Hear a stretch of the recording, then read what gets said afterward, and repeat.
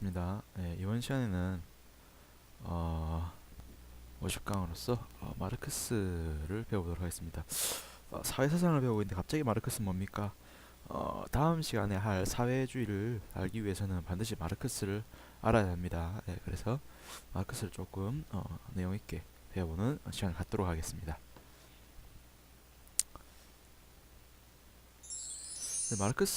칼 마르크스 하면 이제 독일 출신 유태인이죠.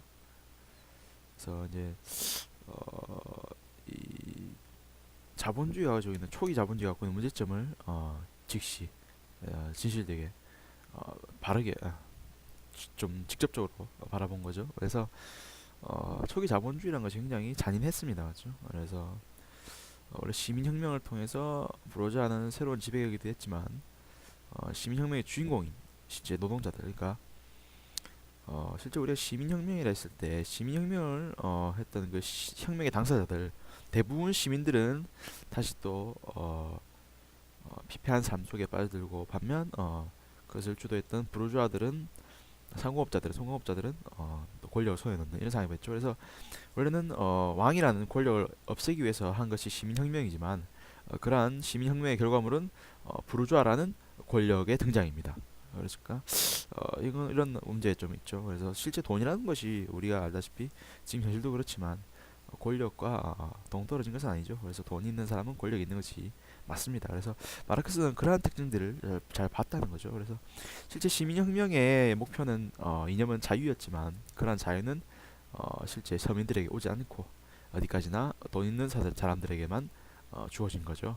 그래서 마르크스가 볼 때는 이러한 모든 어떤 진정한 자유를 얻기 위해서는 여러분 글에 나와 있듯이 어, 계급적 요소, 이 계급적 요소가 완전히 소멸돼야 된다라는 생각을 하고 있습니다. 계급적 요소, 그러니까 즉 지배, 피지배의 관계.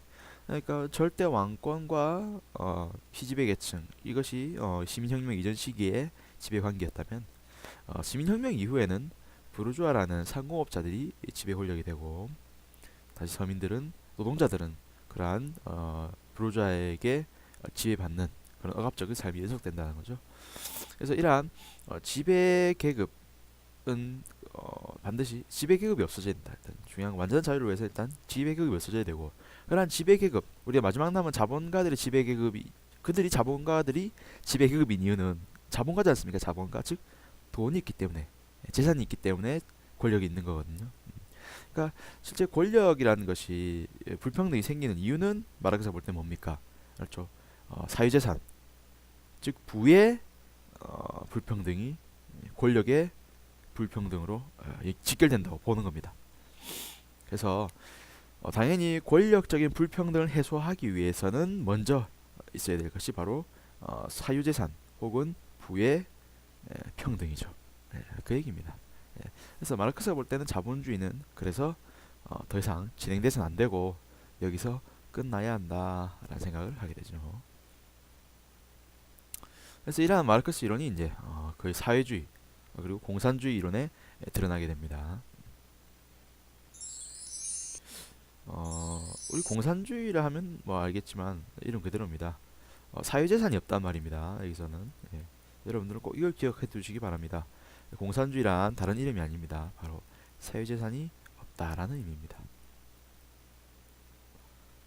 그래서 실제 마르크스가 원하는 건 여기 보시죠. 자유라는 이념입니다. 일종의 우리가 인간이 이념, 즉 목표로서 지니고 있는 것은 자유인데, 그러한 자유를 얻기 위해서는 무엇이 먼저 사유재산이 소멸되어야만, 사유재산이 소멸되어야지만 계급이 사라지고 그랬을 때 우리는 자유로워진다라는 겁니다. 알겠죠? 그래서 사유재산의 평등, 사유재산이 없어지면 계급이 없어지게 되고, 그러면 누군가로부터 자기 지배받지 않게 되고, 그러한 타인의 지배를 벗어나는 것을 우리는 다른 말로 자유라고 하니까, 자유의 길은 먼저 사유재산을 없애는 것부터 시작해야 된다는 거죠. 자본주의가 기본적으로 사유재산을 인정하지 않습니까? 자본주의는 더 이상 진행돼서는 안 된다. 즉 자본주의가 소멸돼야 한다. 자본주의가 망해야 된다는 건 망해야 된다. 근데 마르크스는 스스로가 이제 이 마르크스 이론을 이제 본격적으로 살펴볼 건데, 마르크스는 스스로를 과학적 사회주의라 부릅니다. 왜 과학적인 건가? 그러니까 사회주의는 사회주의인데 과학적이다? 뭐 실험실에서 실험을 했나요? 예, 그거 비슷한데 뭐냐면 마르크스 이전에도 사회주의는 있었습니다. 우리가 마르크스는 이것을 뭐라 부르냐면 공상적 사회주의랍니다. 공상적 사회주의. 공상적, 과학적 뭔가 좀 반대가 되는 것 같죠? 공상적이란 것은 허무맹랑하다는 거죠. 허무맹랑한. 그래서 뭐 과학적인 어떤 우리가 흔히 과학적이라 하면 보통 우리 지금까지 배운 단어 표현하자면 필연성과 관련되어 있습니다. 필연성. 뭐 만류인력의 법칙, 뭐 맞죠? 상대성 이론 이런 것들처럼 필연성과 관련되어 있는데 이러한 필연성을 발견하는 것이 과학적인 겁니다. 그러니까 과학이라는 것은 딴 것이 아니라 자연에서 어떤 필연성을 발견하는 것. 그것이니까 실제 사회주의라는 것도 어떤 것 일종의 필연적인 것이다 라는 것을 발견한다는 거죠. 아니, 이전 시기 공상적 사회주의는 사회주의라는 것이 굉장히 모호한 개념으로서 도달하는 방법도 잘 나와 있지 않았고, 예.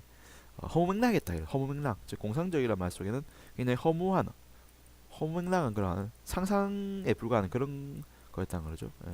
하지만 마르크스의 이론은 굉장히 체계적이고 논리적이고 필연적인 법칙을 지니고 있기 때문에, 특히나 필연적 법칙, 이런 필연적 법칙을 지니고 있기 때문에 필연적 법칙이 들어있기 때문에 이것이 무엇이다?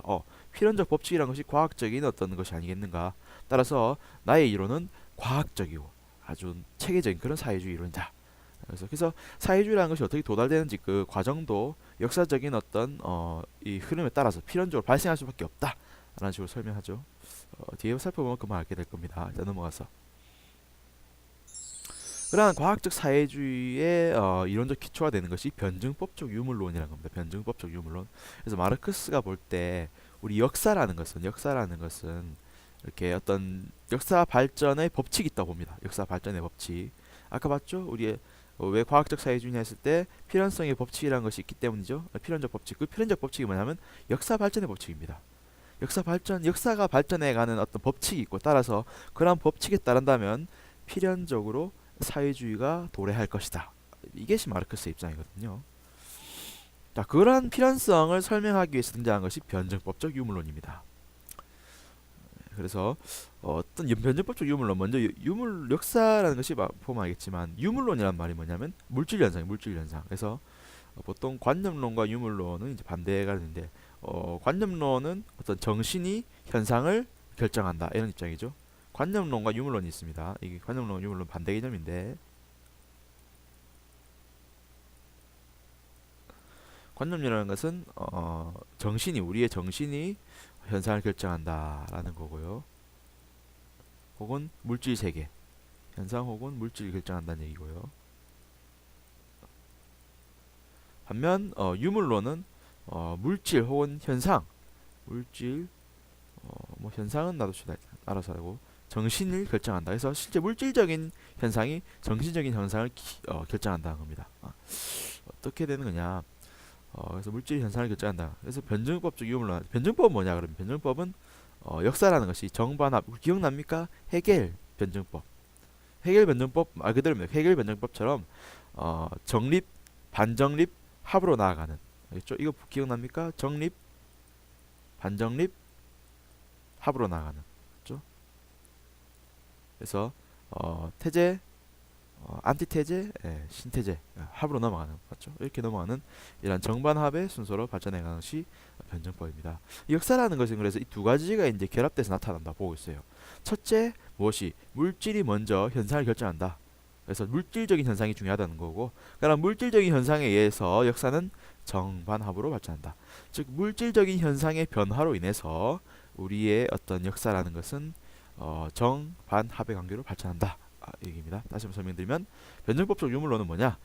우리의 물질적인 현상의 변함에 따라서 우리의 정신적인 현상이 변하는데 그러한 정신적인 현상, 특히 역사라는 것은 정반합으로 변해간다. 유물론, 물질이 정신적인 현상을 결정한다. 물질적인 현상이 변하면 정신적인 현상도 바뀐다. 역사라는 것도 그러한 물질적인 현상의 변화에 따라서 변하는 것이고 따라서 정반합의 순서로 발전한다. 볼 수 있겠죠.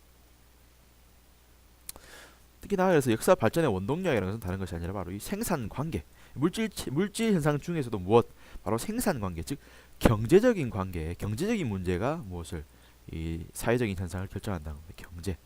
경제 관계, 생산 관계, 경제 관계, 생산 관계가 있으면 물질을 만들어내고 뭐 교환하고 지불하고 이런 식, 이러한 생산 관계가 역사 발전을 결정한다. 이거죠.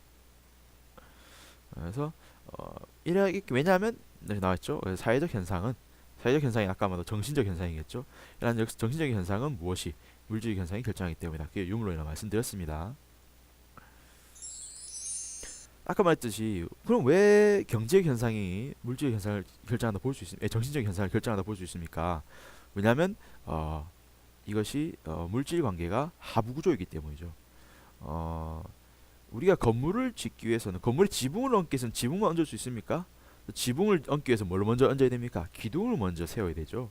그런 것처럼 우리 건물의 구조는 이렇듯 기둥이라는 하부 구조와 지붕이라는 상부 구조가 있습니다. 근데 상부 구조라는 것은 기둥이라는 하부 구조가 없으면 성립할 수가 없는 거죠.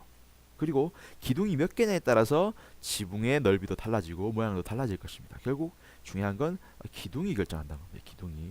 그래서 이것을 하부 구조 결정론 혹은 구조주의라고 부릅니다. 구조주의. 그래서 일종의 사회라는 현상은 사회적 현상이라는 것은 그 사회적 현상의 아래에 어떤 다른 현상이 그것을 결정한다는 겁니다. 그래서 사회 현상은 그 밑에 하부 구조가 드러난 것에 불과하죠. 그럼 그 하부 구조가 뭐냐? 아까 말씀드렸듯이 무엇 관계, 물질 관계 혹은 생산 관계가 사회 관계를 결정한다는 겁니다. 생산 관계 이게 뭐냐? 생산 양식이라고 불러서 생산력 그리고 생산 관계를 표현합니다. 생산력이라는 것은 우리가 뭐 가내수공업, 공장제, 기계공업, 대량 생산 체제 이런 것처럼 어떤 생산의 방식이 변하는 걸 말하고요. 그다음 생산 관계는 뭐냐? 사용자 노동자 관계, 우리 노사 관계로 부르죠. 이렇듯 임금을 지불하는 사람과 임금을 받고 노동을 하는 사람, 이 둘의 관계입니다. 이런 관계, 이런 관계. 우리 지금은 자본가는 이런 자본주의는 이런 생산 관계 갖고 있지만 저 고대로 올라가면 뭐겠습니까? 맞죠? 주인과 노예 이런 식이 되겠죠. 혹은 지주와 농노 이런 식으로 되겠죠. 이렇듯이 당연히 사용자 노동자 생산 관계, 주인 노예, 주인 맨 처음에 아마도 주인 노예의 생산 관계였을 거고 그 당시 생산력이라는 것은 농업 중심 생산 맞죠? 다음 지주 농노 시기에는 생산력은 뭐 여전히 농업이지만 뭐 모내기 등을 통해서 기술은 발달해 있겠죠. 그런 생산력을 가진 상황에서 생산 관계는 땅의 주인과 땅을 빌려서 짓는 사람 이런 식이 되고 또 자본주의에서 뭡니까? 사용자 자본을 들이고 공장을 짓고 노동자를 선발하는 사람이 있고 임금을 지불하는 사람이 있고 반면에 그런 임금을 받고 노동을 하는 사람이 있을 것이고 이렇듯이 사부 구조는 이렇듯이 경제적인 현상 어떤 물질적인 현상을 말합니다. 생산 양식이죠. 그래서 생산 양식이라 말할 수 있고 근데 이러한 생산 양식이 무엇을 결정한다? 상부 구조인 어떤 사회적 현상을 결정한다는 거죠. 사회적 현상에는 뭐 정치, 지배관계 당연히 지배관계 내에는 정치적 현상 내에는 뭐 국가라는 기구도 있을 것이고 각종의 제도도 포함될 수 있겠죠. 아무튼 정치적인 것들, 정치적인 현상들, 또 문화적인 현상들, 교육이라든가 가치관, 신념체계 전부 다 이런 것들은 상부 구조에 불과하고 이런 상부 구조는 당연히 무엇을 따라갈 수밖에 없습니까? 그렇죠? 생산 양식, 하부 구조를 따라갈 수밖에 없다는 거죠. 네, 그렇죠. 그래서 당연히 마르크스가 볼 때는 지금 우리가 보고 있는 다양한 사회적 현상들은 전부 다 우리 사회가 무슨 사회이기 때문에 자본주의 사회이기 때문에 나타난다 봅니다. 실제 우리가 보고 있는 많은 사회 현상들은 다 자본주의가 지배하고 있는 거죠. 지배하고 있다고요. 보세요. 좀 안타까운 일이지만 말씀드리겠습니다. 뭐 요즘 막 하지 말라니까. 자, 제가 선생님이 선을 보러 갔어요. 옆에 아가씨 앉아 있는데 이 얘기를 하다 보면 자연스럽게 뭐가 나올 수밖에 없습니까? 직장은 어떻게 다니시고, 연봉은 얼마쯤 되시고, 집은 있으신지, 차는 있으신지 이렇게 아무를 수밖에 없다는 거. 결혼을 한다. 결혼이라는 어떤 이 현상이라는 것은 무엇을 지배하고 있습니까? 자본주의가 지배하고 있는 거죠, 맞죠? 일단 먹고 살아야 되니까 우리 사회가 돈을 주고 사야 되는 사회니까 사회재산을 가지고 있고 자본을 써야 되는 사회이기 때문에 당연히 소비를 하기 위해서는 돈 있어야 되잖아요. 그러니까 당연히 연봉을 떼지 않을 수 없다는 거죠, 그렇죠? 이런 거라든가. 그런가 하면 또 하부 구조의 지배 관계인 생산 관계가 상부 구조의 지배 관계인 정치적 현상을 결정하는 경우를 예를 들어야 됩니다. 이게 마르크스가 굉장히 중요시하는 부분이죠. 아까 말했지만 자유라는 것은 일종의 정치적인 것일 수가 있죠. 정치적인 어떤 억압이 없어야지만 자유가 이루어지는데 그럼 당연히 정치적인 현상에서 지배 관계가 해소돼야 되지 않습니까? 정치적인 관계에서 지배 관계 해소되려면은 생산 관계에서의 지배 관계 해소돼야 된다는 거죠. 아까 보면 알겠지만 사용자 노동자는 생산 관계에 불과합니다. 그러니까 실제 이 두 사람의 관계는 평등할 수도 있습니다. 알겠죠? 왜냐하면 사용자는 임금을 지불하고 노동자는 임금 대신 받고 노동을 하는 건데 실제로는 인격적인 문제라든가 정치적 현상에서는 동등하죠. 그래서 실제는 그냥 서로 간의 계약에 불과할 수도 있는데 실제 알다시피 힘은 누가 있습니까? 사용자에게 있죠. 왜냐하면 노동자로서는 잘리면 안 되고 임금 받아야 되기 때문에 사용자의 말을 들어줄 수밖에 없는 상황이고 맞죠? 이런 일종의 생산 관계로 인해서 자연스럽게 지배 피지의 관계가 형성되고 이러한 현상이 심지어 무엇에 상부 구조인 정치적 지배 관계까지 포함한다는 겁니다. 결정한다는 겁니다. 당연히 우리 사회에서 누구의 힘이 더 셉니까? 정치적 현상에서 자본가입니까? 노동자입니까? 그렇죠? 자본가는 보통 이제 정치인들과도 이게 결탁할 수도 있을 것이고 사회 곳곳에 이렇게 자본을 통해 가지고 어떤 지배적인 이 이념을 만들 수도 있겠죠. 지배적인 이념을 우리가 뭐라 하냐면 이데올로기라고 합니다. 그러니까 이데올로기라는 것도 실제 무엇에 자본가들의 이익을 얻기 위한 수단에 불과하다는 거죠. 우리 사회 전체 구성원들이 전부 다 자본이 있으면 힘이 또 생긴다라는 것을 이미 어렴풋이 갖고 있어요. 그런 신념체계를 갖고 있는 겁니다. 그런 신념체계 이데올로기 아니겠습니까? 이 신념체계 갖고 있으니까 나와 있는 신념체계. 당연히 자본가들에 대해서는 이렇게 우상화되고, 맞죠? 높이 받들고 이런 데 이렇게 되는 거죠. 또 그런가 하면 우리가 갖고 있는 다양한 교육, 문화 이런 것들도 실제 이러한 지배 현상의 일종이 된다는 겁니다. 보통 이 사용자들, 돈 있는 사람들이 누리는 문화, 당연히 그 사람들의 문화가 보다 더 고요, 좀 더 가치 있는 문화로 여겨지는 현상. 그렇죠? 반면에 노동자들이 여기는 문화 현상은 뭔가 저렴하게 느껴지는 이런 경우가 발생할 수 있단 말이죠. 그렇죠? 우리 교육 과정에 보면 어떻습니까? 음악책 펴면 실제 음악책에서 배운 내용들은 클래식, 그렇죠? 가곡 이런 것들 배우지 않습니까? 반면에 뭐 대중가요들은 요즘 많이 들어왔지만 빠져 있단 말이죠. 그러니까 대중가요 이런 것은 이 노동자들의 문화 혹은 하류층의 문화고, 그렇죠? 클래식, 가곡 이런 것들은 상류층의 문화고 이런 식으로 문화 자체를 먼저 상대화하는 것 이런 문제도 생길 수 있고요. 그리고 교육도 마찬가지입니다. 교육이라는 것이 우리가 알다시피 뭐라 해야 될까? 굉장히 자본가들의 이익에 맞춰진다는 거죠. 교육의 방식이라든가 교육의 내용도 전부 다. 예. 이거 흔히 이제 아비투스라 부르죠. 예. 문화적인 어떤 폭력인데. 그래서 뭐 실제로는 우리 교육적 내용도 보면 이것이 당연히 자본 사용자들 혹은 지배자들의 어떤 그 유리한 그런 위치로 짜진다는 거죠. 맞죠? 그런 식이 되는 거고시고 이런 식으로 결국 결론 뭐냐? 하부 구조인 생산 관계 혹은 경제적인 관계, 즉 사용자 노동자 관계가 상부 구조인 정치적 현상, 지배 관계까지 결정해 버린다는 겁니다. 당연히 하부 구조가 불평등하다면 상부 구조는 불평등할 수밖에 없죠. 그럼 상부 구조의 불평등을 해소하기 위해서는 당연히 먼저 선행돼야 되는 것이 하부 구조의 평등화입니다. 평등화. 그렇죠? 그러니까 하부 구조가 평등해져야지 상부 구조가 평등해진다. 즉 아까 사용자 노동자에 있어서 평등 관계는 뭐겠습니까? 그렇죠. 둘 다 사용자가 되는 건데 그건 좀 불가능하죠. 그러니까 실제 어떻게 하냐? 모두가 사용자이지 않게 사용자라는 사람이 생기지 않게 만드는 거니까 자본이 없어지는 게 필요한 거죠. 자본주의가 없어져야지만 상부 구조인 정치적 지배 현상도 사라진다는 겁니다. 그렇죠? 네, 그렇게 설명할 수 있겠습니다. 그래서 마르크스는 일단 구조주의적 이론을 바탕으로 하고 있어요. 그래서 보면 알겠지만 방금 우리가 배운 내용, 그래서 이러한 구조주의적 내용에다가 더해서 아까 배운 변증법적 유물론을 더하게 되면 이 마르크스의 역사 발전의 필연적인 법칙이 나타나게 되겠죠. 그러면 진행이 좀 치울게요. 이거는 너무 지저분합니다. 그래서 아까 말씀드린 아까 지난 탭에서 보여드린 이 변증법적 유물론과 상부구조 구조주의 이론을 합치면 마르크스의 어떤 역사 발전의 필연적 법칙 구조주의 이론에다가 변증법적 유물론을 더하게 되면 이런 것들 바탕으로 무엇을 세울 수 있느냐? 역사가 어떻게 발전해 왔고 또한 앞으로 어떻게 발전해 갈지 알 수 있는 역사 발전의 필연적 법칙을 알 수 있다는 거죠.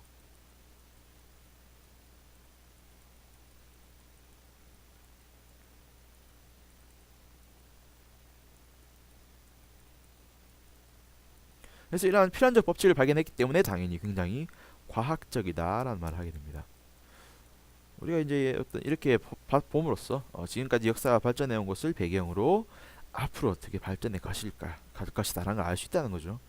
자, 이것이 무엇이냐? 다음 장에 나타나는 역사 발전의 5단계입니다. 그래서 이러한 필연적 법칙에 따라서 아까 봤듯이 사부구조가 상부구조를 결정한다. 구조주의 이론과 변증법적 유물론을 바탕으로 역사 발전 5단계를 설명할 수 있겠죠. 그래서 하부 구조의 변화로 인해서 역사는 필연적으로 발전하며 그 발전의 단계는 총 5단계이다. 그래서 생산력 발달로 인한 생산 양식의 변화에 따라서 생산력이 발달을 먼저 하고 그러한 생산력 발달에 따라서 또 생산 양식이 변하고 그리고 사회의 지혜 계급 관계도 변한다는 겁니다. 생산 양식은 아까 말했지만 생산 관계죠. 생산 관계. 생산력과 생산 관계가 합쳐진 것이 생산 양식이죠. 이 두 개 합치면 생산 양식이니까 즉 생산 양식의 변화에 따라서 상부 구조인 사회적 계급 관계도 변한다. 그렇죠? 자, 그래서 이러한 5단계는 뭐냐? 원시공산제, 노예제, 봉건제, 자본주의 그리고 마지막은 공산주의입니다. 우리 공산주의 사회는 어떤 역사적으로 나타난 것이 아니지만 마르크스 시대에는 공산주의라는 것이 나타나지 않았지만 앞에 이전 시기의 4단계의 발전을 봤을 때 마지막 단계는 공산주의일 것이다 라는 것이 마르크스의 입장이 되는 거죠.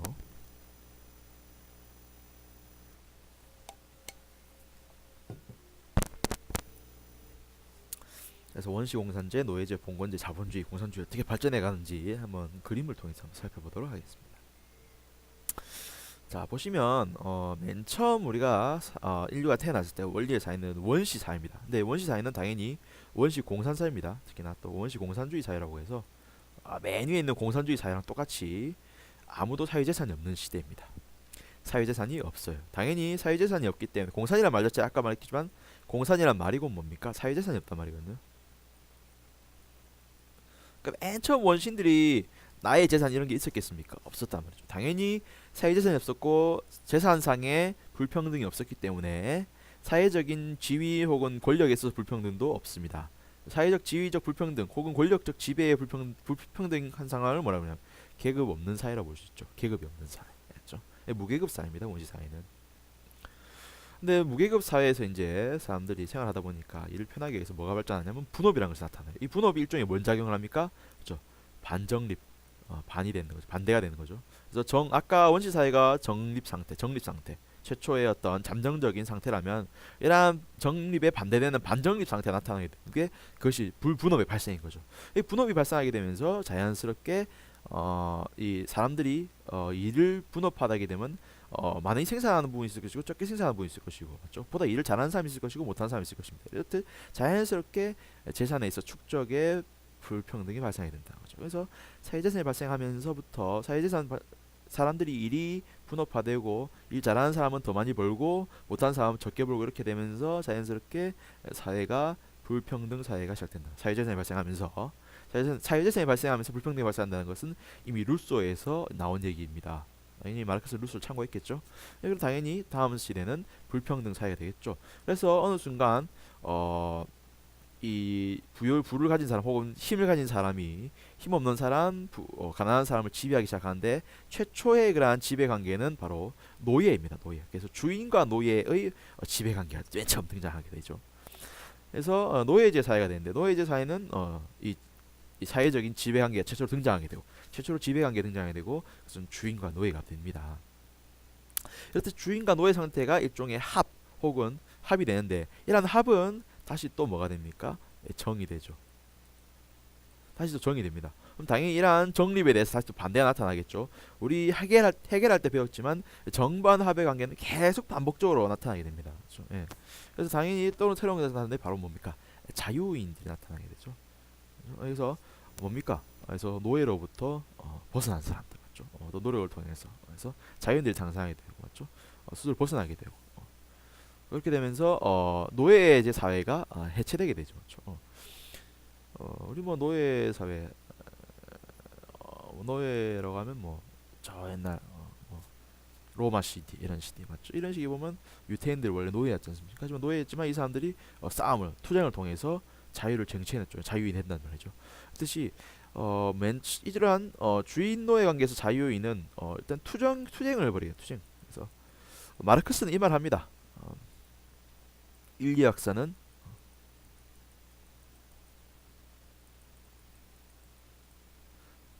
계급 투쟁, 계급 투쟁이라고 했어요. 계급 투쟁, 계급 투쟁의 역사다.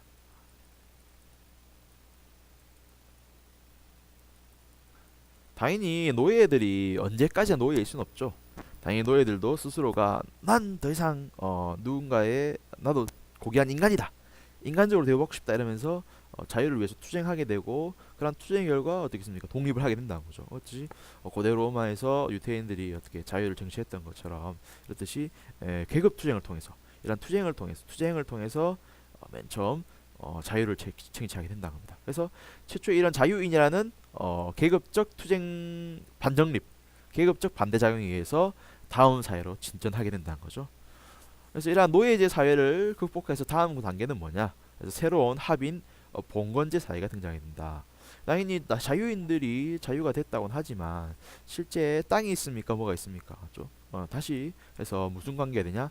귀족 농노 관계가 되죠. 우리 혹은 지주 농노 관계. 그래서 땅을 가지고 있는 귀족과 그러한 귀족 밑에서 땅을 빌려서 농업을 짓거나 혹은 길드에 소속돼서 거기서 농사를 짓는 사람들 농노가 발생하게 된다는 거죠.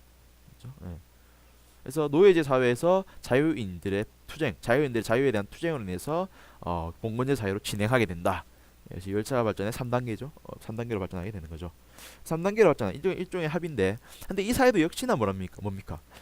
귀족 농노라는 어떤 생산 양식 자체가 이렇게 불평등하기 때문에 생산 관계 자체가 불평등하기 때문에 당연히 사회도 불평등한 사회죠. 그래서 실제로는 농노들은 소작농들은 귀족에게 어떻게 피지배 계층으로 진행이 될 수밖에 없죠. 그래서 솔직히 우리 중세 생각하면 되겠습니다. 중세는 어, 각종 그 길드라죠. 길드 이렇게 이 단체가 이 뭐지 지주의 땅이 있으면 그 땅 내에 농노들은 지주에게 이제 그 땅을 대신 붙여 먹는 그 대가를 치르면서 맞죠. 부역이라든가 세금을 내면서 농사를 짓게 되죠. 실제 그 시기에는 뭐 당연히 뭐 저 왕, 귀족 이런 식으로 맞죠. 왕도 뭐 귀족으로 볼 수 있는 거죠. 지금 이렇게 볼 때는. 그래서 귀족 계급과 서민 계급이 이렇게 분화되어 있는 거죠. 지배 계급은 귀족, 피지배 계급은 농노 이렇듯이 뚜렷한 지배 관계가 등장하게 됩니다. 당연히 이러한 지배 관계에 대해서 뭐가 나타나겠습니까? 반대가 나타나겠죠. 당연히 자유를 위해서, 맞죠? 자유를 얻기 위해서 반대정이 나타날 건데 그러한 반대정의 주된 주된 주체가 누구냐면 상업 자본가입니다. 그러니까 농노들 중에 이 길드를 이탈해 나와서 상공업에 종사하게 되면서 이제 부를 쌓게 되죠. 부를 쌓게 되는데 부는 쌓았음에도 불구하고 신분적으로 맞죠 미천한 상태입니다. 맞죠? 귀족이 아니니까. 그러니까 당연히 귀족들 앞에서는 아무리 돈이 많더라도 맞죠. 아이고 백장님 이렇게 고개 조아려야 되는 거죠. 그런 상황이 오면 당연히 상업자본가들 맞죠 억울하죠. 특히나 또 이 시기는 중상주의 시기니까 중상주의 시기 같은 경우에는 이 상업에 대해서 국가적 간섭이 심한 상황입니다. 당연히 상업 자본가들은 자유를 얻기 위해서 또 뭘 하겠습니까? 또 투쟁을 하게 되겠죠. 그래서 또한 계급 투쟁을 또 펼치게 됩니다. 이러한 상업 자본가들의 대표적인 계급 투쟁의 모습이 뭐로 나타납니까? 시민혁명으로 나타나는 거죠. 이 시민혁명을 통해서 귀족 계급들을 다 마저 단두대에서 처형해 버린다 죠. 그 단두대 기요틴. 그 어떤 시민혁명의 피해 그 폭력혁명의 상징이죠. 얼마나 이 단두대라는 것이 왜 생겼겠습니까? 사람을 죽일 때 뭐로 죽인다는 겁니까? 기계로 죽인다는 겁니다. 기계로 죽인다? 많이 죽이기 위해서, 많이 죽이기 위해서. 그리고 되도록이면 사람 손에 피 안 묻히면서 죽이려고 하는 거죠. 그렇죠? 옛날에 왜 망나니 나오잖아요. 망나니 이렇게 칼에 물 푹 뿌려가지고 막 이렇게 자르는. 옛날에 이덕화 아저씨 하는 거 잘 찾아봤었는데 아무튼 그런 게 아니라 이제 기계로팅 계속 그러니까 수많은 사람들이 죽었죠. 정말 그 공포 정치 특히나 그 신혁명 이후에 벌어진 공포 정치 시기에는 수많은 사람들이 죽었습니다. 그렇죠. 말 까딱 잘못하다 다 죽어버린 거죠. 그렇듯이 이러한 혁명을 통해서 우리가 이제 드디어 귀족이라는 어떤 지배 계급을 몰아냈다 생각했습니다. 우리 사회가 이제 진짜 자유롭고 평등한 사회가 됐다라고 생각했는데 안타깝게도 다시 또 누가 지배 계급이 됐습니까? 그렇죠? 상업 자본가가 그대로 맞죠? 부르주아라는 지배 계급이 된 겁니다. 당연히 상업 자본가는 사용자죠. 그래서 돈을 들고 있는 사람이고 반면에 그런 사람들 밑에서 뭘 하겠습니까? 사람들이 이제 노동을 하게 되는 거죠. 노동을 하면 임금을 받고 일하게 되니까 이제 지배 관계가 뭐가 됩니까? 부르주아 노동자 관계가 된다는 거죠. 그렇듯이 이제 사회는 4단계 역사 발전의 4단계로 넘어가게 됩니다. 당연히 부르주아 노동자 여전히 아직까지 지배 피지배 계급이 있는 겁니다. 그렇죠? 다시 또 지배 피지배 계급이 생겼는데 이제 마지막으로 이제 자유를 얻기 위해서 이제 노동자들이 맞죠? 노동자들이 계급 투쟁을 또 펼치겠죠.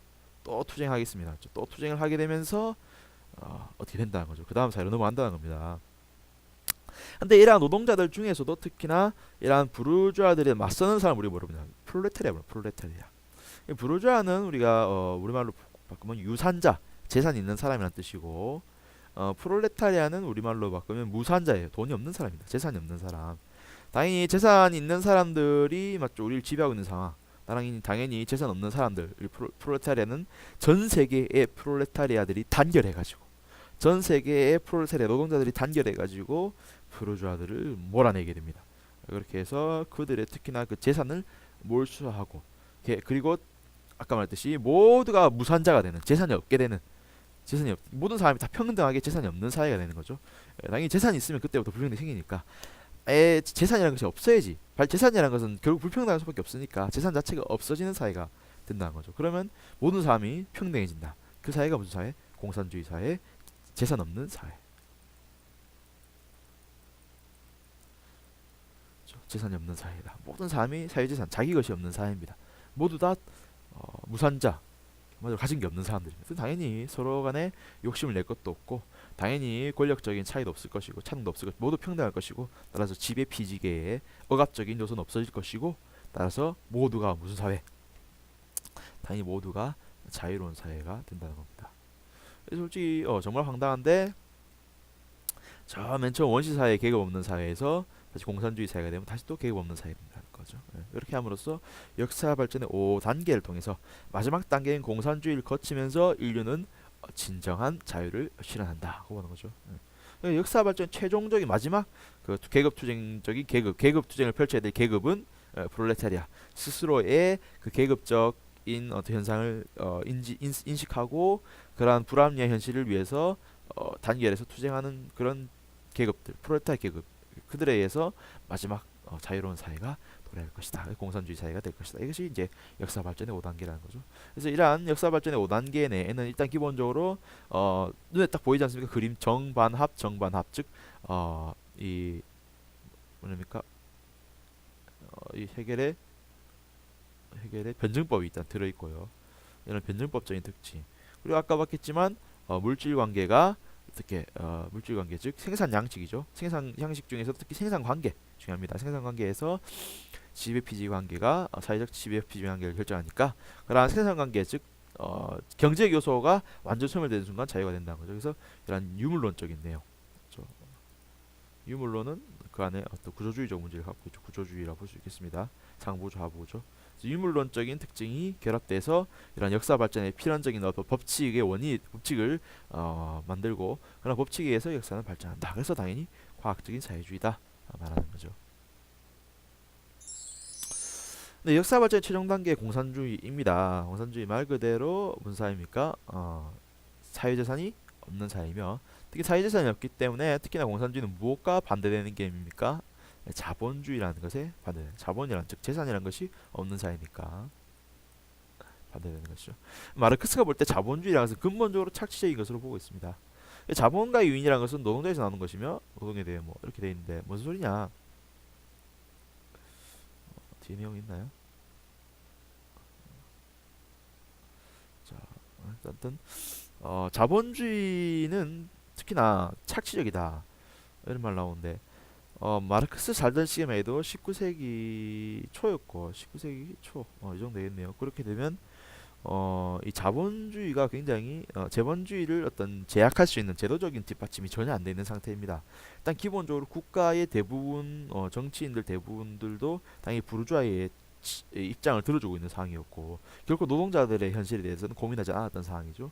그리고 우리가 잘 알다시피 수용자본주의 지난번에 자본주의 할 때 배웠습니다. 수용자본주의 등장 전까지는 자본주의에서 분배 혹은 뭐 복지 이런 개념은 절대 없었습니다. 왜냐하면 당시 자본주의는 자유방임주의였기 때문에 간섭을 절대 거부했고 특히나 모든 것은 시장의 자율성에 맡겨야 되기 때문에 국가가 나서서 뭔가를 한다는 것은 잘못됐다 생각했거든요. 그래서 당연히 이 노동자들에 대해서 굉장히 취약한 제도를 지니고 있었습니다. 당시 이 지금 뭐 당연히 뭐 임금 최저임금제 이런 거 있었겠습니까? 없었겠죠. 뭐 그리고 당연히 노동 시간 이런 것도 정해져 있지 않았을 것이고 특히나 노동 연령 이런 것도 청소년에 대한 보호도 없었기 때문에 굉장히 이 시기의 특징이 뭐냐면 아동 노동이 굉장히 심했죠. 아동 노동 어린이들이 노동을 많이 했죠. 이 대표적인 예가 이제 탄광이죠. 탄광 같은 경우에는 굴을 넓게 뚫고 높게 뚫으면은 그만큼 비용이 많이 듭니다. 그러면 작게 뚫어 놓고 대신 누굴 넣으면 됩니까? 애들 넣는 거죠. 애들 어차피 애들 뭐 돈 없는 애들 가난한 애들 먹고 살아야 되니까 10원 20원 주고 시킨단 말이야. 정말 하루 딱 밥 주고 겨우 이 연명할 정도의 돈만 주고 아이들에게 노동을 시키니까 이 시기 아이들이 굉장히 불쌍했단 말이죠. 그래서 영국에서 특히나 오웬 같은 사람들 이전 시기 공산적 사회주의자들은 이런 현실을 보고 사회주의를 꿈꿨던 거거든요.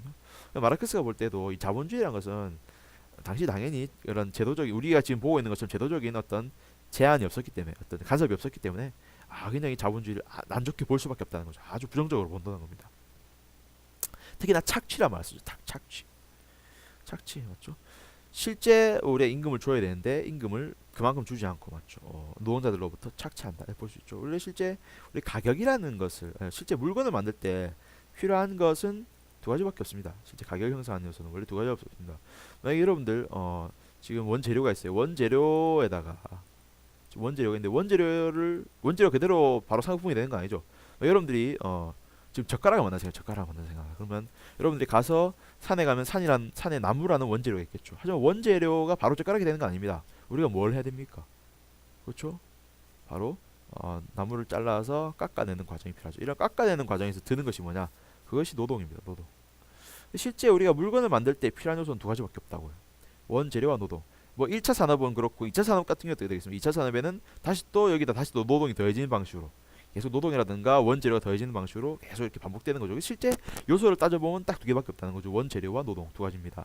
하지만 실제 이 두 가지에만 돈이 나가냐? 그게 아니죠. 뭐 나갑니까? 여기서 가격을 형성할 때 뭘 합니까? 실제 이윤이라는 것을 더 보태죠. 이윤이라는 것을. 이건 뭐 누구 겁니까? 이게 자본가가 가져갈 거지 않습니까? 자본가가 이제 돈을 들여서 했으니까 임금 주고 원재료 사고 남은 돈은 자기가 가진다는 얘긴데, 근데 이 마르크스가 볼 때는 이 윤이라는 것은 다른 것이 아닙니다. 이 뭐냐? 바로 실제 노동량에서 빼내는 거죠. 그러니까 이렇게 보시면 되겠네요. 잠시만요. 지워지지 않습니다. 어떻게 된 거지? 지워지지 않네요. 실제 우리가 노동 임금으로서 임금이라는 것을 지불하게 되는데, 다 주겠습니다. 임금이라는 것을 이 가격을 형성할 때 보면 알겠지만 원재료 가격, 그 다음에 임금, 그 다음에 이윤이 있다면은 이러한 이유는 결코 우리가 실질적으로 존재한 것이 아니죠. 실질적으로 투여된 것이 아니란 말입니다. 실제 모든 이유는 임금 혹은 원재료 방식으로 이게 자본이라는 것은 임금 혹은 원재료에서 나오니까 당연히 실제 이유는 어디서 나왔냐? 이유는 뭐냐면 마르크스 볼 때 철저하게 노동에서 나온 것이다. 근데 그럼에도 불구하고 자본가는 이윤을 어떻게 합니까? 챙기니까 실제 노동은 노동자가 하는데 이윤은 자본가가 가지죠. 결국 임금이란 것이 뭐냐? 실제 노동량에서 이윤을 뺀 겁니다. 그래서 실제 노동자들이 만약에 지금 아까 만든 나무젓가락이 하나에 100원이에요. 100원이고 원재료 가격이 50원이나 칩시다. 그러면 당연히 나머지 50원이 모두 다 노동력에서 탄생된 건데, 그럼 노동력에 대해서 50원 전부를 지불하지 않고 30원만 지불하고 20원은 갖는 거죠. 그러니까 기본적으로 자본주의라는 것은 착취적일 수밖에 없는 거야. 이걸 착취랍니다. 이걸 착취. 즉 노동에 대해서 그 대가를 모두 지불하지 않고 일부만 지불하는 것을 착취라 볼 수 있죠. 그 당연히 자본주의라는 것은 자체는 이 자본 간의 이윤을 얻기 위해서는 반드시 착취적이어야 됩니다. 노동에 대해서 그 임금을 모두 지불하면 안 된다는 거죠. 그렇죠. 그래서 나무젓가락에 있어서 원재료 가격은 뭐 어쩔 수 없는 것이고, 뭐 빵원 될 수도 있죠. 빵원 될 수도 있는 것이고. 다만 이제 뭐가 더해집니까? 노동력이 더해질 뿐인데, 그런 노동력에 대해서 50원을 보태지 않고, 만약 100원이라면 젓가락 100원이라면 원재료가 빵원이라면 임금이 다 그걸 만들어낸 거죠. 근데 임금에다가 100원 지불하지 않고 50원만 지불하고 50원 자기가 갖는 거죠. 그렇게 함으로써 자본가는 이윤을 얻는다.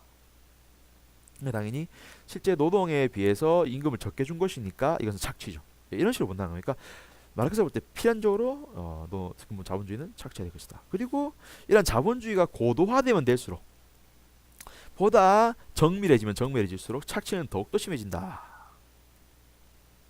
보세요. 자본가들의 목적은 하나밖에 없습니다. 이윤을 늘리는 거죠. 이윤을 늘리기 위해서는 가격을 높여야 됩니다. 가격을 높이면 사람들이 삽니까? 잘 안 사죠. 그럼 어떻게 하겠습니까? 가격은 그냥 그대로 유지한 채 이윤만 높이고 싶죠. 그럼 나머지 부분을 줄여야겠죠. 원재료 가격, 아까 봤겠지만 나무 아까 0원이었습니다. 원재료 가격 줄일 수가 없습니다. 그럼 뭐만 줄이면 되겠습니까? 임금만 줄여야 된다. 어떻게든 임금만 줄인다면은 가격 그 이윤을 더욱더 남길 수 있겠죠. 그럼 임금을 줄이기 위해서 어떻게 되면 되겠습니까? 첫째, 당연히 적게 주면 되겠죠. 임금을, 저임금.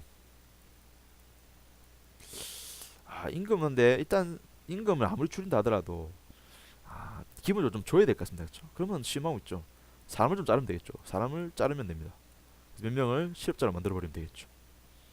원래 4명 필요한데 2명을 잘라버려 2명만 쓰는 겁니다. 그럼 2명이서 어떻게 합니까? 지어 짜내는 거죠. 노동력을 맞죠. 억지로 막 지워. 이 당시에 뭐 지금 기억하시면 아까 말했듯이 제도적인 어떤 그 뒷받침이 없기 때문에 막 진짜 착취적인 농업이 시행된단 말이죠. 옛날 우리 70년대만 해도 맞죠. 방직 공장 하루 24시간 돌린단 말이죠. 그 한 14시간씩 막 일한단 말이에요. 여학생, 여공들, 여고생들, 이거 학교 다닐 때 나이에 그 방직 공장 취직해가지고 밤새도록 막 미싱 돌린단 말이에요. 그런 것처럼 맞죠. 그 일 짜내, 이 노동력 짜내는 거죠, 맞죠. 사람 잘라버리고 또 아까 말했지만 기계화. 지금 기계화라는 방식을 쓸 수도 있겠죠. 그래서 기계를 딱 사놓으면 이거는 노동력보다 훨씬 싸게 들죠. 초기 비용 많이 들지만 꾸준히 계속 쓰게 되면 그 비용을 점점 더 뽑아내게 되죠. 그래서 점점 뭐가 됩니까? 노동자들은 실업자 혹은 저임금 시대 두 가지 시달리는 겁니다. 일단 기계라든가 지난 착취적인 노동에 의해서 몇 명은 실업자가 돼버리고 또 남은 사람들도 그 일의 노동에 비해서는 훨씬 더 적은 비용, 낮은 임금으로 일하게 되니까 굉장히 궁핍한 삶을 살게 되는 거죠. 노동자들에게 열악한 삶이 될 수밖에 없는 겁니다. 나있듯이 저임금과 실업으로 인해 고통스럽게 된다. 당연히 열악한 상황 속에서 이 돈이 모이겠습니까? 안 모이죠. 그래서 빈부격차는 어떻게 되니까 더욱더 심화된다는 거죠. 정말 그 노동자들이 이런 고통 속에 살다가 보니까 단지 고통을 인내하기보다는 어느 한순간이 되면 아마 폭발하지 않겠는가. 맞죠? 그러한 분노가 이런 사회에 대한 어떤 사회 모순에 대한 분노가 폭발하게 될 것이고 그러한 폭발이 무엇으로 이어질 것이다? 바로 혁명으로 이어진다는 거죠. 혁명. 그래서 이러한 억압으로부터 해방을 위해서 전 세계 노동자들, 아까 말했죠. 무산자들, 어떤 계급적 요소를 깨달은 무산자들, 프롤레타리아들이 일제히 단결하여 폭력혁명, 말했죠. 폭력혁명. 우리가 실제 뭡니까? 잡아서 실제 가두거나 맞죠? 사형을 시키거나 이런 식으로 아주 폭력적인 방법을 통해서 강압적인 방법을 통해서 자본가 대전을 모조리 압수할 것이다. 자본자들 보고 맞죠? 당연히 실제 생각해 보세요. 노동자들이 이렇게 막 몇만 명이 우르르 몰려가지고 자본가들한테 저 재산 좀 내놓으시죠 이렇게 말하면 자본가 내놓겠습니까? 안 내놓으니까 당연히 프롤레타리아들이 죽을래 아니면 돈 내놓을래 이렇게 두 가지가 된다는 거죠. 약간 무섭죠? 그렇게 된다는 겁니다. 그렇게 되니까 뭐 내놓기 싫은 사람들은 잡혀가서 이제 좀 고통을 당할 수 있을 것이고 일단 아무튼 이런 폭력적인 혁명을 통해서 재산을 모조리 압수할 것이다. 아마도 이런 폭력적인 혁명의 예를 봤기 때문에 그런 말을 하는 거겠죠. 이런 식의 폭력혁명, 시민혁명 있지 않습니까? 시민혁명을 보면서 역시 뭐 어떤 역사의 급진적인 발전을 위해서는 폭력적인 것이 필요하다. 이런 생각을 마르크스가 갖고 있는 거죠. 그래서 말로는 잘 안 될 것이다. 말로 해야건 안 될 것이다. 이런 생각을 합니다. 그래서 모든 사회적 생활 철폐 이뤄진다는 거죠. 그때는. 그래서 공산주의가 된다. 공산주의 됩니다. 근데 이제 이런 공산주의가 바로 도달될 수 있는 것은 아니죠. 공산주의가 도달되기는 좀 어려움이 있고 시기가 좀 오래 걸릴 것입니다. 그러한 측면에서 공산주의 시기가 도래하기 전에, 공산주의 이전에 과도기를 거치게 되는데, 그러한 과도기 사회를 마르크스는 특이하게 사회주의라는 이름으로 부릅니다. 그래서 마르크스가 말한 사회주의는 특이하게 어떤 기본적인 일반적으로 어떤 사회재산이 없고 사회적인 경제적인 상황을 말하기도 하고, 또한 특수하게는 자기의 공산주의적 과도기로서의 사회주의를 얘기하기도 합니다. 일단 공산주의 사회주의 비교해보면, 사회주의 경우에는 우리가 말했던 공산주의 사회는 분명히 말했듯이 사회재산이 소멸되고 당연히 어떤 정치, 국가, 계급적 요소가 완전 지배관계가 완전 소멸되는 사회인데, 그게 도달하기 위해서는 반대가 된다는 거죠. 즉 어떤 지배관계의 역전이 필요합니다. 즉 유산자가 무산자를 지배하는 시기를 벗어나서 반대로 무산자가 유산자를 억압하고 그 재산을 몰수하는 과정이 필요하죠. 그래서 뭐가 필요하냐? 반대로 프롤레타리아 계급의 독재가 필요하다. 그래서 사회주의 사회는 프롤레타리아 계급이 독재하는 사회, 반면 공산주의 사회는 완전한 지배관계 소멸, 계급의 완전한 소멸을 시대입니다. 이렇듯이 프롤레타 독재가 필요한 이유는 아까 말했듯이 자본가들이 그냥 돈을 내놓지 않을 거라고요. 사회재산을, 자기 재산을 막 사회에 내놓지 않을 겁니다. 아마도 억압적인 과정이 있어야지만이 내놓을 것이다. 몰수를 통해서 재산을 없애는 시기가 나타난 거죠. 당연히 사회주의 사회는 이렇듯이 아직까지 국가적인 제도라든가 국가라는 요소가 필요합니다. 하지만 이러한 사회주의 끝에 공산주의가 도래한다면은 사회재산이 완전히 소멸될 것이고, 재산상의 차이가 없기 때문에 지배상의 차이도 없죠. 권력적 차이도 없을 것이고, 따라서 모두가 자유로운 사회가 될 것인데, 당연히 그렇다면은 특히나 우리가 사회적 지배를 위해서 필요한 것이 뭐냐? 그게 국가입니다. 국가라는 것도 없어질 것이다 라는 것이, 국가도 소멸할 것이다. 이것이 마르크스의 주된 생각이죠. 마르크스는 아까 봤듯이 정치적 현상 자체가 전부 다 하부 구조의 도구입니다. 도구. 그래서 실제 국가를 이제 마르크스는 뭐라고 보냐면 계급지대 수단으로 봐요. 당연히 옛날에 생각해봤을 거 아닙니까? 생각해보세요. 그 초기 자본주의 시기 정치가들 뭘 했겠습니까? 노동자들이 어떤 열악한 현실에 관심을 가졌겠습니까? 아니죠. 당연히 자본가들과 친하게 지내면서 자본가들한테 뒷돈 받으면서 맞죠. 제도를 만들어줬겠죠. 자본가들에게 편한 제도를, 혹은 어떤 자본가들의 이익이 되는 걸 해줬을 거 아닙니까? 국가에서 맞죠. 그런 식이 된다는 거죠. 그래서 실제 국가라는 것이 다 공명정대하게 공정하게 모든 사람에게 똑같이 평등하게, 그리고 진짜 국가 모두의 선을 위해서, 모두를 위해서 있는 존재가 아니라 실제로는 자본가들, 돈 있는 사람들 혹은 그런 사람들과 결탁해가지고 그들의 이익에 동조하는 현상이 벌리니까, 당연히 그런 식이었으니까 국가 자체를 마르크스는 계급 지배의 수단으로 봤고, 당연히 계급 지배라는 것 자체는 계급이 있기 때문에 있는 거지 않습니까? 그래서 당연히 계급이 없어지면 계급 지배도 없어질 것이고, 그런 계급 지배의 수단도 없어질 것이니까 국가라는 것도 없어질 것이다 라는 생각을 하게 되는 거죠. 사회주의 시기까지 나니까 국가가 있지만 공산주의 시기에 가면 국가는 없어진다는 겁니다.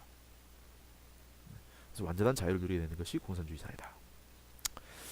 또 하나의 특징은 사회주의 사회는 생산력을 계속 좀 발전시켜야 됩니다. 왜냐하면 공산주의 사회를 뭘로 지정했기 때문에, 공산주의 사회가 단순히 계급적으로 평등한 사회뿐만 아니라, 보세요, 모든 사람이 재산이 없고 단순히 어떤 뭐라 해야 되지, 보급을 받아서 보급 물품을 살아간다 생각합시다. 그럼 모든 사람에게 보급 물품을 줘야 되지 않습니까? 충분한 양의 보급 물품을.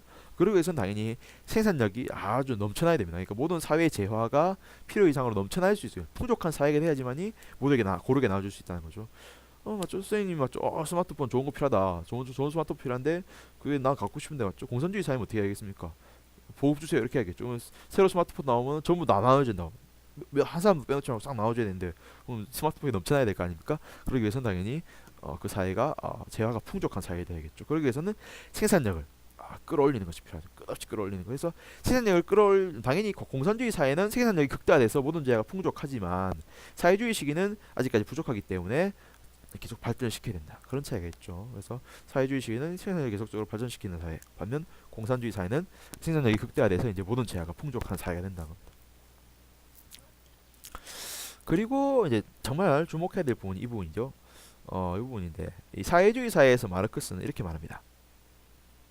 개인은 능력에 따라 일하며 일한 만큼 부매받는다 라고 말하고 있고, 공산주의 사회는 개인은 능력에 따라 일하며 필요한 만큼 부매받는다 이런 말을 하죠. 네. 차이가 있습니다. 보면 개인 능력에 따라 일하며 뒤에 다릅니다. 뒤에 이 노란 부분 보이죠? 일한 만큼 받는다. 혹은 필요한 만큼 받는다. 어느 게 더 좋은 사이입니까? 맞죠? 필요한 만큼 받는다라는 말. 옛날에 어떤 교수님이 이렇게 말했어요. 공산주의를 뭐 여러분 어떻게 들을지 모르겠지만 실제 팔다리가 없는 사람도 먹고 살 수 있는 사회가 공산주의 사회다. 팔다리가 없는 사람 능력이 있습니까? 능력이 없죠. 일 정말 조금밖에 안 써. 입으로 물어서 일을 해야 되고 이러니까. 당연히 일한 만큼 받는다 치면은 이 사람 받을 게 없습니다. 실제 굶어 죽게 된단 말이죠. 그것이 아니라 이렇듯 팔다리가 없고 이 일을 할 수 없는 입장이라 할지라도 먹고 살 수 있는 편하게 살 수 있는 사회. 그게 유토피아적인 사회니까 당연히 공산주의 사회라는 것은 아까 말했듯이 재화가 넘쳐나는 사회. 그렇기 때문에 굳이 일을 좀 적게 하더라도 일단 능력만큼만 일해보고 일이 좀 부족하더라도 얼마만큼 자기가 필요한 만큼 풍족하게 받을 수 있다 이렇게 말하죠. 반면 사회주의 사회는 아까 말했듯이 아직 생산력이 넘쳐나지 않습니다. 풍족하지 않기 때문에 안타깝게도 능력에 따라 일하지만 능력만 일한 만큼만 줄 수 있다. 하지만 이것도 굉장히 큰 의미가 있습니다. 왜냐하면 자본주의 시대와 다르기 때문이죠.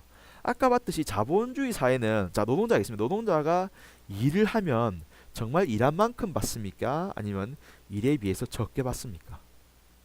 네, 이것이 굉장히 큰 거죠. 자본주의 사회는 일에 비해서 적게 받습니다. 이거 우리 어떤 단어로 표현했었죠? 두 단어 있었는데 두 개의 단어, 두 단어로 두 글자. 착취라는 단어 썼습니다. 착취. 자본주의 사회는 일하지만 일한 만큼 받지 못하고 착취하는 사회. 100원만큼 일해도 50원 받는 사회입니다. 하지만 사회주의 사회가 되면 어떻게 됩니까? 적어도 그러한 지배관계는 역전 없어졌기 때문에 자본가들의 어떤 이윤 추구 행위가 없어졌기 때문에 정말 일한 만큼 받는 거죠. 100원 벌면 100원 중에 떼갈 사람이 없다면 떼가고 지금 떼서 그걸 가진 사람이 없어요. 그럼 당연히 100원 그대로 주면 됩니다. 즉 착취가 없는 사회 이게 먼저 진행된다는 거죠. 그럼 착취를 넘어서서 이제 이 일에 더해서 더욱더 풍족하게 만드는 사회는 공산주의 사회가 되는 거죠. 이런 식으로 이제 사회가 더욱더 아주 이상적인 사회가 된다는 거죠. 그래서 마르크스가 말한 사회, 공산주의 사회는 건 굉장히 이상적이고 유토피아적인 그런 사회입니다. 그래서 우리가 맨 처음 우리가 이상사회 배울 때 마르크스를 배웠지 않습니까? 마르크스의 내용들. 그래서 마르크스 사회는 어떤 유토피아, 공산주의 이상사회라 볼 수 있는 거죠. 실제 필연적인 역사 발전의 법칙에서 온다고는 하지만 우리가 보기에도 맞죠. 실제 있을 수는 없는 그런 어떤 이상적인 모습이 아닌가 싶습니다. 이렇듯이 마르크스 이론은 실제 마르크스가 추구하고 있는 이념은 솔직히 똑같아요. 우리가 지난 시기 윤리, 서양 윤리에서 특히나 주된 목표였지. 특히 우리가 뭐라 표현하냐면 일종의 인간이 가진 이념이라 부릅니다. 이념 혹은 이상이라 추구하는데 그걸 뭐라 보냐면 자유라고 볼 수 있습니다. 그래서 자유라는 것은 솔직히 우리가 모든 어떤 사상 속에서 볼 수 있어요. 좀 뭐 정말 소크라테스부터 시작해서 서양 윤리 사상에서는 항상 자유가 등장합니다. 자유라는 것은 키워드고 이 키워드가 왜 등장하냐면은 어떤 인간의 일종의 추구하고 있는 이상이고 실제로 이룰 수 없지만은 꿈꿔오고 있는 어떤 현상이고 실제 자유라는 것이 완전히 도래한 적은 아마도 없을 겁니다. 하지만 완전 자유는 없지만 그래서 항상 우리는 마음속에 품고 있죠. 그래서 일종의 이념으로서 우리에게 있고 마르크스는 당연히 자유라는 것이 이루어져야 된다라고 보죠. 자유라는 것은 뭡니까? 당연히 타인에게 지배받지 않는 것이니까 어떤 권력적인 평등이죠. 하지만 이러한 권력적 평등이라는 것을 얻기 위해서는 즉 이러한 정치 사회적 현상 즉 상부구조의 평등을 얻기 위해서는 그러한 상부구조의 평등을 위해서 뭐가 먼저 이루어져야 됩니까? 즉 하부구조인 어떤 생산 관계 즉 경제적인 평등을 먼저 이루어야 된다는 거죠. 경제적 평등을 먼저 이루어야 된다. 그런 경제적 평등을 얻기 위해서는 경제적 평등 즉 하부구조상의 평등을 얻어야 된다라는 거죠. 그럼 당연히 경제적 평등이라는 것은 뭡니까? 사회재산상의 차이가 있는 겁니까 없는 겁니까? 없다는 거죠. 사회재산이 있으면 그것은 곧 차등입니다. 불평등이요. 즉 자본주의 사회는 불평등할 수밖에 없다는 거죠. 당연히 자본주의 사회가 아니라 공산주의 사회 즉 사회재산이 있는 사회가 아니라 사회재산이 없는 사회 사회재산이 없는 사회를 우리가 뭐라 그런다? 그렇죠? 공산주의 사회라 한다. 마르크스가 꿈꾸는 사회는 당연히 공산주의 수밖에 없는 것이 공산주의 사회가 돼야지만이 권력적으로 평등한 자유의 시대가 되기 때문이죠. 그럼 이러한 공산주의는 어떻게 도래하느냐? 역사 발전의 필연적 법칙. 그래서 역사 발전의 필연적 법칙.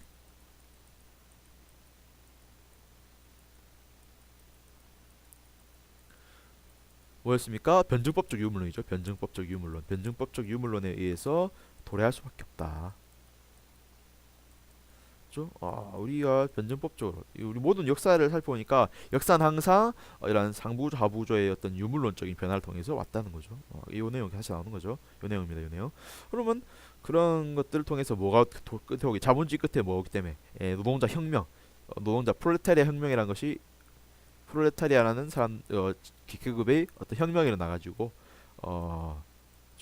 이 공사 사회주의라는 과도기 시기를 거쳐서 공산주의가 될 것이고 공산주의 사회는 모든 재화가 풍족하기 때문에 지배관계도 없고 풍족하기 때문에 정말 자기가 능력만큼 일하지만 필요한 만큼 받을 수 있는 그런 이상적인 사회가 된다는 겁니다. 그래서 마르크스는 공산주의 사회를 하나의 이상 사회로서 제시하고 있는 거죠. 자, 이렇게 해서 우리가 마르크스의 내용을 한번 살펴봤습니다. 자, 한번 문제 한번 풀어보도록 할까요?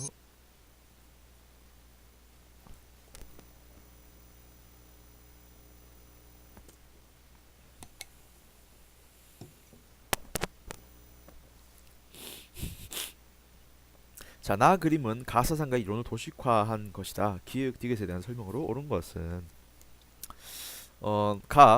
모든 역사는 계급 투쟁의 역사이다. 프롤레타리아들은 족쇄에 의해 이룰 것이 아무것도 없다.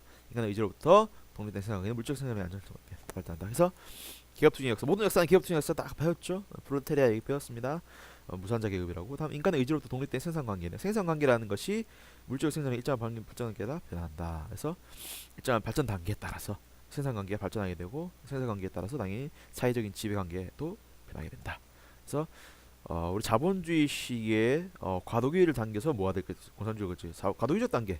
자본주의에서 공산주의를 가기 위해서는 과도기를 거치죠. 그게 뭡니까? 우리가 배웠죠? 사회주의다. 배웠습니다. 그래서 기역은 자본주의, 니은은 사회주의, 이것은 공산주의인데 자본주의 사회는 우리가 배웠죠. 착취적이다. 말할 수 있고 적어도 과도인 사회주의 사회는 능력만큼 일하지만 얼마한 만큼 일한 만큼은 적어도 받는 사회. 그리고 농산주의 사회는 능력만큼 일하지만 어떻게 필요한 만큼 받는 사회. 요거 굉장히 중요한 단어입니다. 그거 꼭 기억하시고. 자, 문제 풀어볼까요? 옳은 것입니다. 1번 기역에는 자본가 계급과 노동자 계급 간의 정치 협약이 모색된다. 이런 거 있었습니까? 없었습니다. 맞죠? 어떤 정치 협약 이런 거 없었습니다. 그래서 지배하고 있는 거죠. 자본주의 사회는 자본주의 사회에서는 생산력이 고도로 발전하여 인간 소외 현상이 해소됩니까? 자본주의 생산력이 발달하지만 불구하고 어떻습니까? 노동자들을 착취한단 말이죠. 노동자들이 착취하는 것. 노동자들이 착취받고 열악한 환경에 있는 것을 우리가 뭐라면 소외 현상을 부르는 소외 맞죠? 당연히 인간성을 상실해 가면서 맞죠. 자기가 그냥 단지 뭐 주는 대로 먹고 살게 되고 자유를 잃고 맞죠. 이런 현상을 소외라고 볼 수 있겠죠. 마르크스는 게 소외에 집중. 소외 개념이 진짜 좀 복잡하고 좀 난하긴 하지만 그냥 이렇게 생각하시면 되겠습니다. 그냥 노동자들이 열악한 상태에 있는 것, 이렇게 착취당하고 있는 현상 이렇게 보면 되겠죠. 니은에서는 자본주의 청산을 위해 프롤레타리아 독재가 실시된다. 맞습니까? 네, 맞습니다. 그렇지만 과도기로서 사회주의 사회는 지배관계가 한번 역전되는 현상이 발생한다는 거죠. 반대로 프롤레타리아가 자본가들, 부르주아들을 이렇게 억압하고 그들의 재산을 몰수하는 과정. 이 과정이니까 니은이 과도기 단계로 필요하다는 겁니다. 다음 디귿 공산주의 사회에서 국가에 의해서 국가 있습니까 없습니까? 아까 말했지만 국가라는 것은 지배 계급의 지배 수단입니다. 도구라고요.